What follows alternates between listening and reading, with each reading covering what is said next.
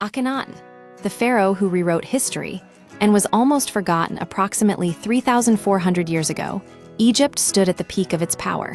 Then came a pharaoh who shattered tradition, built a new capital, founded a radical religion, and ultimately undermined his own dynasty. This was Akhenaten, and for nearly 3,000 years, his existence was deliberately erased from the historical record. This isn't just a story about ancient Egypt. It's a case study in religious upheaval, power struggles, and how easily even the most impactful figures can be lost to time. Akhenaten's story is a stark reminder that history isn't just about what happened, but who gets to remember it. The rise of a revolutionary Amenhotep IV inherited a stable empire in 1353 BC, built on conquest and diplomacy.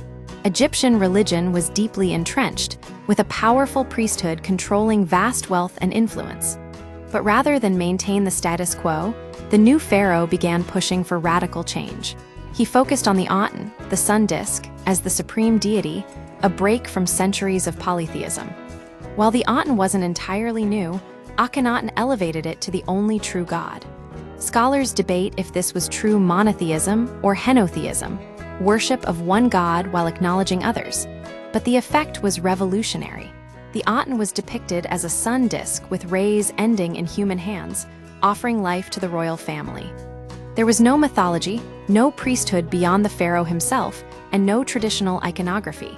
Akhenaten declared himself the sole intermediary between the god and humanity, consolidating religious and political power in one person. A city built on faith, Akhenaten didn't stop at religious reform. He founded Akhenaten, modern Amarna, a brand new capital dedicated to the Ots.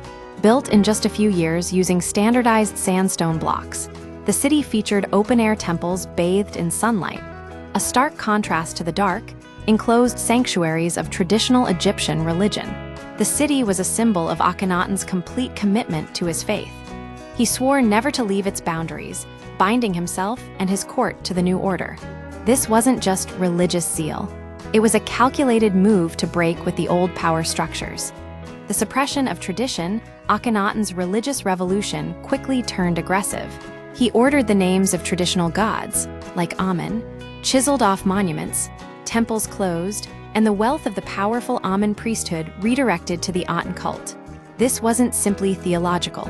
It was a power grab designed to centralize authority under the crown. While Akhenaten focused on his religious reforms, Egypt's empire began to crumble. The Amarna letters, diplomatic correspondence from vassal rulers, revealed desperate pleas for aid against the Hittites and local raiders. Akhenaten largely ignored them, allowing Egypt's influence in the Levant to erode. The deliberate erasure Akhenaten died around 1336 BC, leaving behind a kingdom in chaos. His successors, including Tutankhamun, King Tut, reversed his policies. But the real damage came after, a systematic campaign to erase Akhenaten from history. Temples were destroyed, his name chiseled off monuments, and his reign removed from official king lists.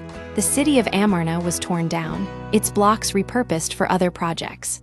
For over 3,000 years, Akhenaten was a ghost, deliberately forgotten.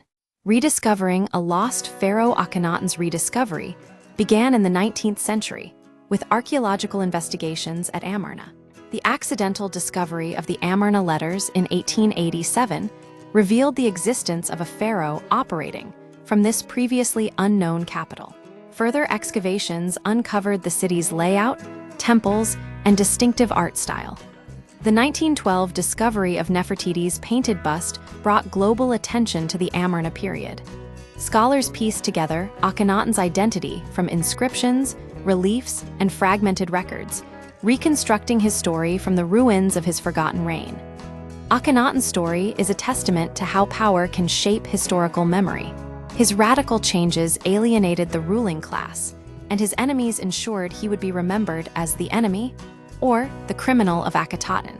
The rediscovery of Akhenaten proves that even the most deliberate attempts at erasure can be undone with enough time and dedication. The story of Akhenaten is a reminder that history is written by the victors, but archaeology can sometimes bring back the voices of those who were deliberately silenced.